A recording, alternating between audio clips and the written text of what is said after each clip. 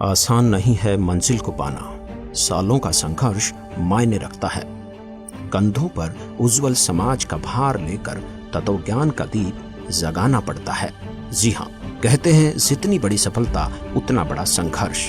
संघर्ष को जीवन का अहम हिस्सा माना जाता है, या फिर यूं कहें कि संघर्ष ही हमारे जीवन की दिशा और दशा निर्धारित करता है। एक समय आता है जब इंसान की बुलंदियां जो जमीन से आसमां की तरह सबको दिखाई देती हैं, लेकिन उसके पीछे का संघर्ष किसी को दिखाई नहीं देता। उस व्यक्ति ने इस मुकाम तक पहुंचने के लिए कितना संघर्ष किया, क्या क्या कष्ट उठाने पड़े, कितनी गालियां सुननी पड़ी, ये सब कोई नहीं जानता। सब उसके इतिहास को भुलाकर वर्तमान को देखते हैं। जीवन में संघर्ष तो हर कोई करता है, लेकिन उसका उद्देश्य मायने रखता है। अधिकतर लोगों का संघर्ष धन दौलत परिवार तक ही सीमित रहता है, लेकिन कुछ लोगों का संघर्ष समाज में परिवर्तन से जुड़ा होता है। ऐसे लोगों का संघर्ष इतिहास बन जाता है और फिर इतिहास में उनका नाम सुनहरे अक्षरों में अंकित होता है। ऐसे महापुरुष लोगों के दिलों पर अमिट छाप छोड़ देते हैं और मृत्यु के बाद भी जग में उनकी कीर्ति बनी रहती है। इतिहास इस बात का गवाह है कि जब किसी महापुरुष ने संसार की भलाई के लिए कदम बढ़ाया है, उसे हमेशा संघर्ष करना पड़ा है, जिससे बड़े बड़े परिवर्तन हुए हैं और उन परिवर्तनों के साथ लोगों का जीवन भी सुलभ हुआ है। कहते हैं संघर्ष जितना बड़ा होगा, जीत उतनी ही शानदार होगी। आध्यात्मिक मार्ग में भी भक्तों और संतों ने ऐसे ही कठिन संघर्ष किए हैं और आध्यात्मिक मार्ग में फैले पाखंडवाद को खत्म करने के लिए वे हमेशा सच पर अड़िग रहे। वह दुनिया वालों के जुल्म सहते हुए भी सच्चाई का रास्ता नहीं छोड़ा। उन्होंने ये सब इसलिए किया ताकि पूरे विश्व का मार्गदर्शन हो सके। गुरु नानक देव जी, रविदास जी व मीराबाई को कौन नहीं जानता। सत भक्ति के लिए समाज परिवार से संघर्ष किया। इनके संघर्ष की मिसाल आज भी दी जाती है। आज भी जग में इनकी महिमा का गुणगान किया जाता है।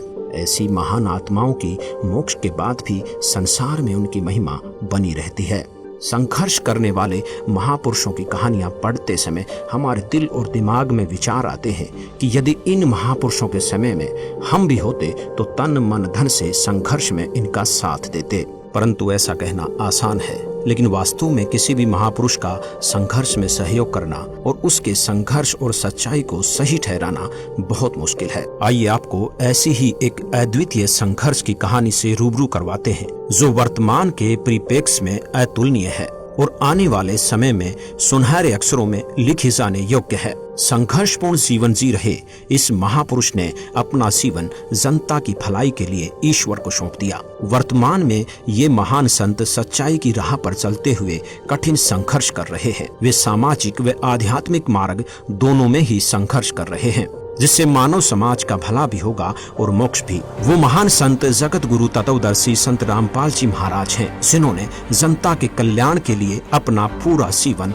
दांव पर लगा दिया। 8 सितंबर 1951 का वो शुभ दिन, जिस दिन संत रामपाल जी महाराज जी का जन्म गांव धनाना, जिला सोनीपत, हरियाणा में एक किसान परिवार में हुआ। बचपन से ही भगवान के प्रति अटूट आस्था होने के कारण हर छोटी बड़ी खुशी पर भगवान का शुक्रिया करना, पूजा करना उनकी दिनचर्या का एक अहम हिस्सा बन गया था। हनुमान जी के परम भक्त होने के नाते हर मंगलवार का व्रत रखते, सालासर बालाजी जाते और हनुमान चालीसा का पाठ भी किया करते थे। इंजीनियरिंग की पढ़ाई पूरी कर संत जी हरियाणा प्रांत में सिंचाई विभाग में जूनियर इंजीनियर की पोस्ट पर नियुक्त हुए, जहां पर 18 वर्ष कार्यरत रहे। फिर एक दिन अचानक संत रामपाल जी महाराज के जीवन को नया मार्गदर्शन, नई दिशा मिली जब इनकी भेंट संत रामदेवानंद जी से हुई। उन्होंने 17 फरवरी सन 1988 फागुन मास की अमावस्या को रात्रि के समय परम पूज्य स्वामी रामदेवानंद जी से नाम दीक्षा प्राप्त की,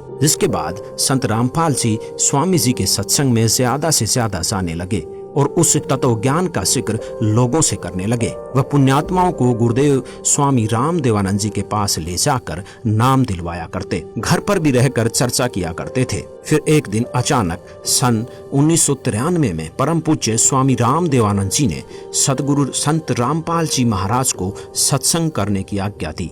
और फिर सन 1994 में नामदान की आज्ञा प्रदान की तथा आशीर्वाद दिया कि घबरा मत, मैं तेरे साथ रहूंगा और विश्व में आपके बराबर कोई संत नहीं होगा। अब जोब के साथ साथ प्रचार करना, घर घर जाकर पाठ प्रकाश करना ही संत रामपाल जी का नित्य कार्य हो गया। कुछ दिन बाद पाठ और सत्संगों की संख्या अधिक होने के कारण उन्होंने सन 1995 में जेई की पोस्ट से त्याग पत्र दे दिया, जो हरियाणा सरकार द्वारा 16 मई 2000 को पत्र क्रमांक 34923500 तिथि 16 मई 2000 के तहत स्वीकृत है। अपने घर परिवार को भगवान भरोसे छोड़कर संत रामपाल जी ने मानव कल्याण के उद्देश्य से मालिक की सेवा प्रारंभ कर दी। सन 1994 से 1998 तक संत रामपाल जी महाराज जी ने घर घर, गांव-गांव, नगर नगर में जाकर सत्संग किया। संत जी ने परमात्मा की वाणी को घर घर में पहुंचाने की शुरुआत की। इच्छुक भक्त आत्माओं के घर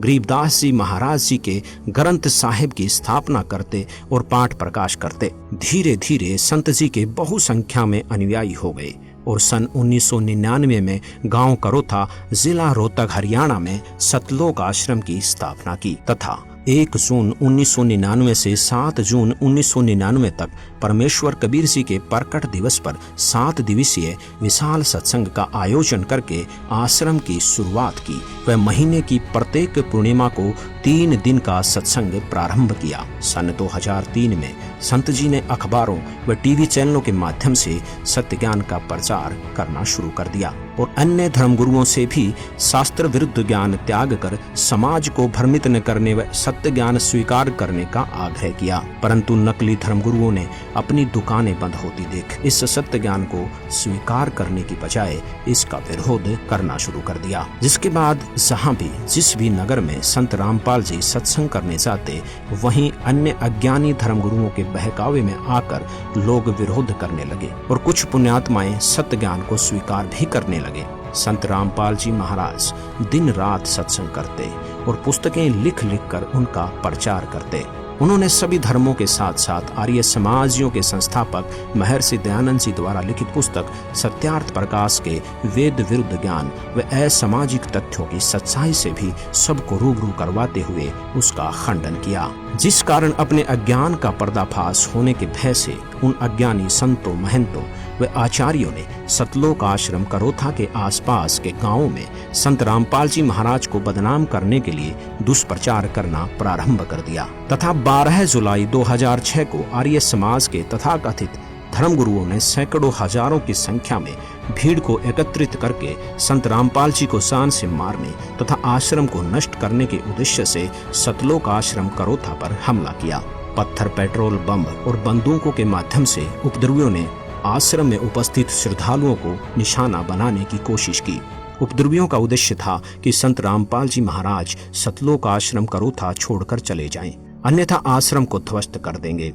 आर्य समाजी धर्मगुरु यह चाहते थे कि ऐसा सत्संग यहाँ पर नहीं होने देंगे, क्योंकि उनकी दुकानें बंद हो रही थी। सच्चाई समाज के सामने आ रही थी। पुलिस ने उपद्रवियों को रोकने की कोशिश की, जिस कारण कुछ उपद्रवी चोटिल हो गए। इस मुठभेड़ में उन्हीं की गोली से एक व्यक्ति की मौत हो गई, जिसका झूठा केस संत रामपाल जी महाराज पर बना दिया गया और सतलोक आश्रम करोथा को सरकार ने अपने अधीन कर लिया तथा संत रामपाल जी महाराज व कुछ अनुयायियों पर झूठा केस बनाकर उन्हें जेल में डाल दिया। मानव कल्याण और विश्व में शांति के अद्भुत भक्ति मार्ग को रोकने के लिए सच्चाई को दबा दिया गया, परंतु वो शायद ये भूल गए कि सच्चाई को कुछ दिन दबाया जा सकता है पर मिटाया नहीं जा सकता। सच तो सामने आकर ही रहता है। संत जी के जेल जाने के बाद भी ज्ञान नहीं रुका, बल्कि पहले से ज्यादा तेजी से फैलने लगा। जेल में भी बहुत से श्रद्धालुओं ने संत रामपाल जी से नाम दीक्षा ली, जिनमें कुछ पुलिस वाले भी शामिल हैं। झूठे मुकदमे और झूठे आरोप में 21 महीने जेल में रहने के बाद संत रामपाल जी महाराज ने सन 2008 में हिसार जिले के सतलोक आश्रम बरवाला में पुनः सत्संग प्रारंभ किया। अब संत रामपाल जी महाराज का संघर्ष केवल नकली धर्मगुरुओं तक ही सीमित नहीं रहा,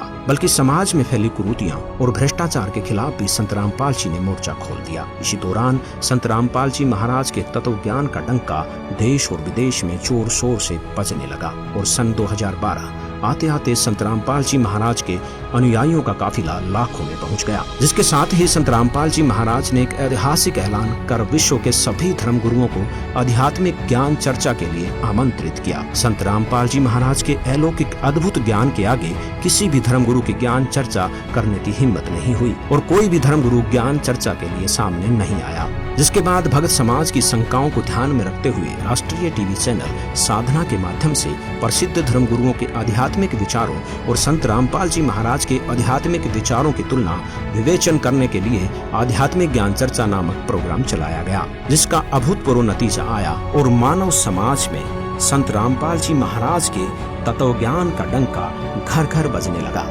अब पूरे भारतवर्ष में ही नहीं बल्कि पूरे विश्व में माना जाने लगा कि संत रामपाल जी महाराज के आध्यात्मिक ज्ञान की कोई सानी नहीं है। घर घर जाकर ज्ञान गंगा पुस्तक पहुंचाई जाने लगी, जिसे पढ़कर लाखों की संख्या में लोग संत रामपाल जी से जुड़ने लगे और अद्वितीय